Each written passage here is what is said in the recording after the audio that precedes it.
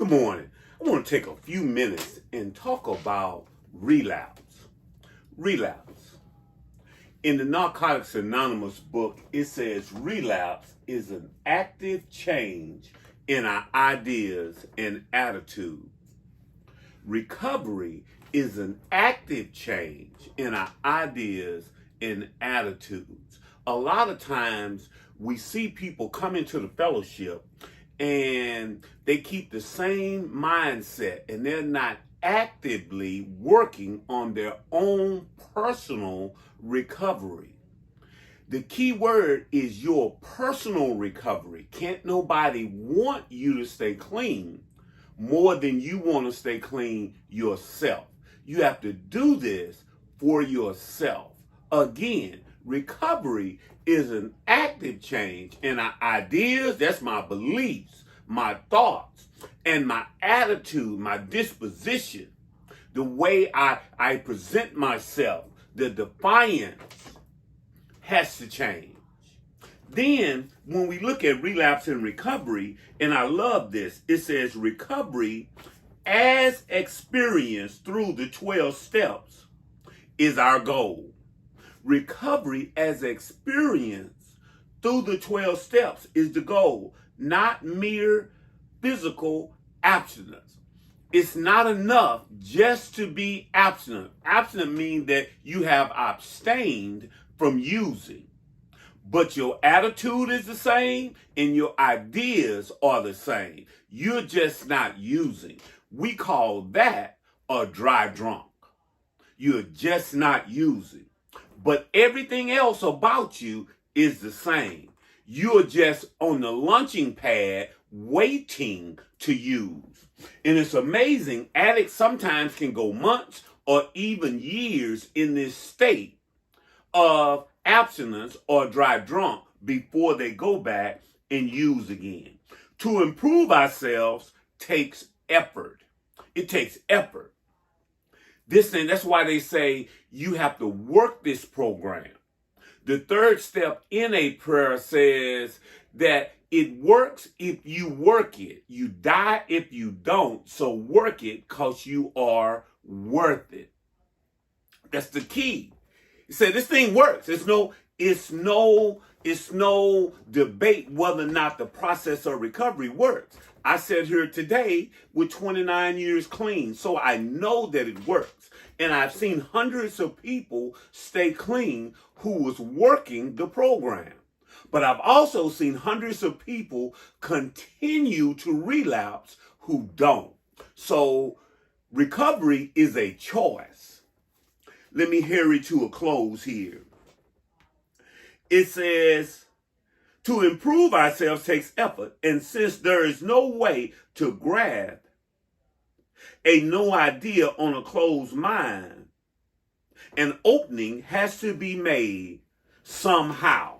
There's no way to grasp a new idea on a closed mind. I've had a couple of incidents this week that brings me to this point. And this is an anonymous program, so I'll just tell a couple of brief stories. I had one brother that I talked to who we have tried to help on numerous occasions. And so I called him, and he wanted me to help him the way he wanted to be helped.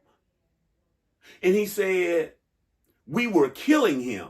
Not that he wasn't working the program, not that he would not get a sponsor, not that he would not go to meetings, not that he wouldn't do anything that we asked him to do, but he had his own ideas and his own attitude, but we were killing him.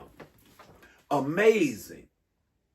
And so at that point, we had to allow him to suffer the natural consequences that may bring about a more rigorous application of the program, which is tough. And I had another incident where a brother had relapsed and he was saying, well, you know what? I'm waiting till I get my mind together to come back to deal with the process of recovery. Mind you, he's out there living outside or sleeping in his car in 100-degree weather, robbing, stealing, and pillaging, figuring out ways and means to get high. But that's not the difficulty. That's the insanity of addiction. But what is difficult for him is the thought of coming and going through the process to get clean. Is, oh my God, that's the hard part. Not what I'm going through out there in addiction. That's the insanity. What we have to understand, recovery is not logical. I mean, the insanity of addiction, is not logical. So when you talk to an addict who is using, none of the things that he says or she says make sense. That's why they call it insanity. I made a post and I will end with this. It says, for those who have relapsed, come home. Call your mom. Call your sponsor. Call someone who cares about you before God calls you home. Let me read that again. For those who have relapsed, come home. Go somewhere and seek help. Call your mom, call your family, call those people who love you. A lot of times we think that if we just get away and nobody knows where we at, they are relieved. No, they're aware. They don't know whether you are dead, whether you're in the hospital, whether you are out there with no food, no shelter. But addiction is a selfish thing. That's a selfish decision to not contact somebody and let them know you are alive. Just because they say you can't come to their house don't mean that they don't love you. See, I can say you can't come and live with me and still love you and still want to hear from you and know that you are alive. Call your sponsor if you got one. Call your sponsor. Meet them at a meeting. Call someone who cares for you before God calls you home. We die out there. Addicts die in the midst of their addiction every day. So call somebody.